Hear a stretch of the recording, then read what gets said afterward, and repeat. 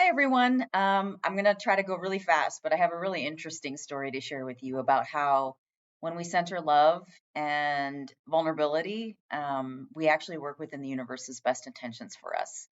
So, a couple months ago, Rachel and I attended an economic forum event, and these are events that are for members, and people come and talk about. There's a presentation, and people come and talk about issues that impact our economy in Albuquerque. And we had attended at the suggestion of a few of my colleagues because homelessness obviously has an impact on our community economically.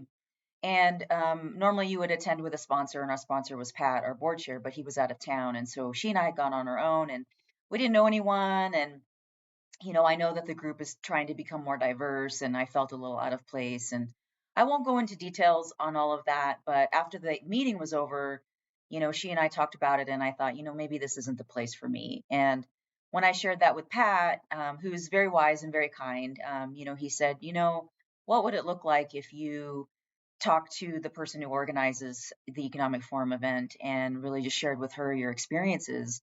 And when we do that, we open our hearts, right? We open our hearts up to risk. I didn't know how this person was going to respond.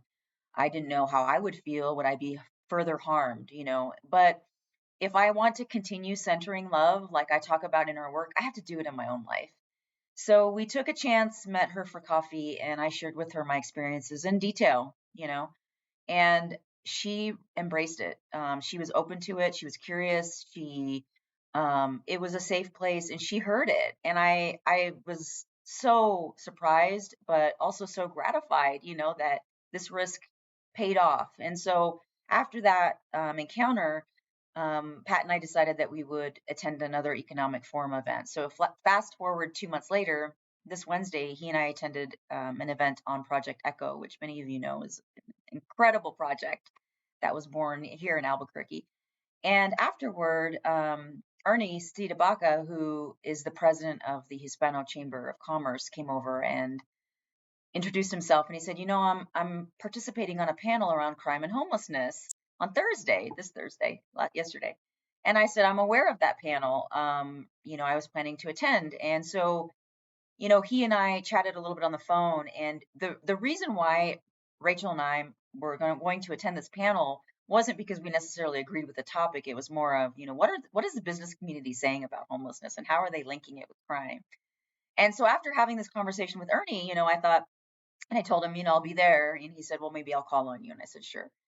So we showed up at this panel yesterday morning, and while people were talking, there was a lot that we didn't agree with. There was a lot of blaming the current crime statistics on the unhoused population. It's a lot of scapegoating, a lot of othering that we see, and so we were sort of debating: do we say anything? Do we, offer a dissenting opinion? So we were just sort of, toying with that, but both of us were pretty fired up. And towards the end of the panel, someone asked, what are there services for folks that obviously are very bright, they just need somewhere to go. And Ernie said, you know what? Is the CEO of HopeWorks here? Because I just talked to her yesterday. And so I raised my hand, and it was perfect tee up. Ernie said some great things about HopeWorks. And then I was able to raise my hand and say, I really want to make it clear that we see crime and homelessness as two separate issues with two separate solutions. Homelessness is very complex, and that if you want to see fewer unhoused folks in your business community, we need more affordable housing, period. So advocate for that. And in our work, what we see is that the unhoused are actually victims. They're the ones that are being preyed on. And I know that I probably was, if you know me well, when I get passionate, because I get passionate about this work, I speak very, very passionately and with a lot of conviction. And it was so humbling that people clapped afterward, and a lot of people came up and talked to me about my work afterward. So I felt like that's part of my job, right? Is changing hearts one at a time. But you know what? That moment yesterday would not have happened had I not taken a chance and opened my heart up a little bit after having had an experience that wasn't so great. And so I just want to leave you with that. Think about the ways that you can open yourself up. Think about the way the universe works with you when you do. Love is, as Dr. King said, love is a weapon, and we can use it for our greatest good. Thank you so much. Have a great weekend. Bye bye.